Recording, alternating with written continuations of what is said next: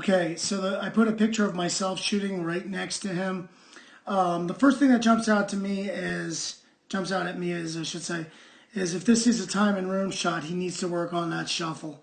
A large percentage of his shot power has to come from his lower body, and on this, it's a decent.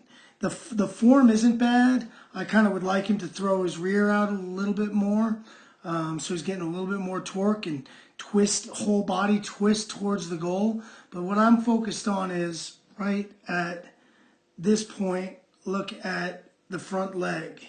So he gets to this point, and then his front leg stops his momentum, and then his back leg is still back here. His back leg, in a perfect world, would end up swinging around this way. His elbow's in the right spot, but we'll get to the upper body in a second. Mine, I don't shuffle in mine, so I'm not going to...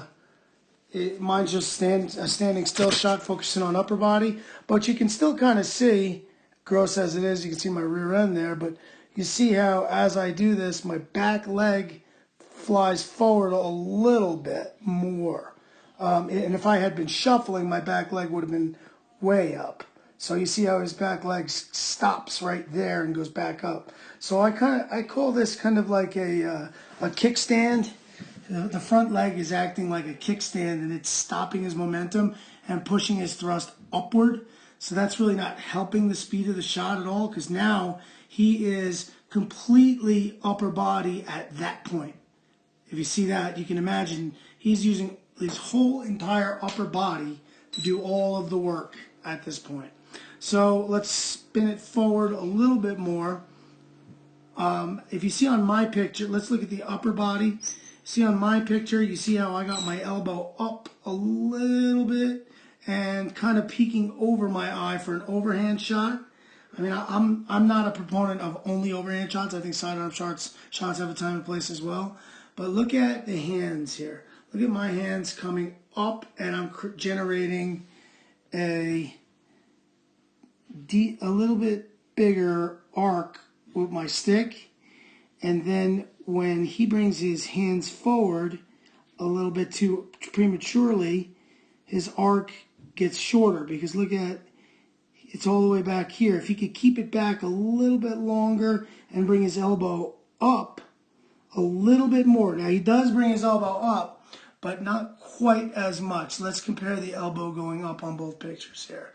So we've got kind of similar stance here. Arms, my arms are up a little bit. His arms come down. If you notice right there, this, instead of that, having that, bringing your arms up across, so you're generating more power that way. Right now, he's relying a whole lot on his wrists. Let me undo that. Okay, then we move it forward, and as his hands come forward, my hands go up, and his hands are going forward. So that's a big difference right there as well. You see, his hands are on either side of his head right now. My hands are going over my head. As we move forward, and I'm not saying my shot's the perfect shot. There are a lot of different ways to do this.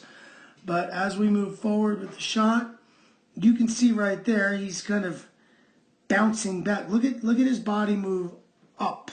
That means that it's being acted on by his front leg, pushing his momentum up a little bit, where I would rather see from here, everything on this side swinging around everything on this side, and this plant foot almost like a stake in the ground.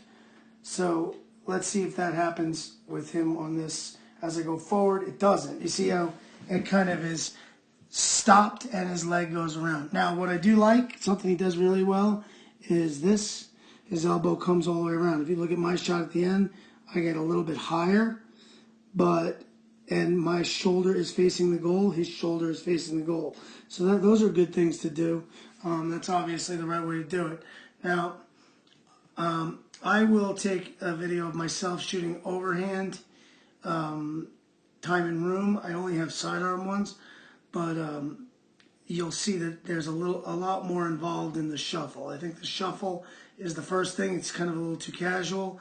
Next thing is the leg plant acting as a kickstand. The next is the hands coming forward too soon. Think about it as a sledgehammer going up over your head, and then when you get to the point where you want to snap your wrist and the release point is right, that sledgehammer becomes really light. And I think you can see that with mine right there.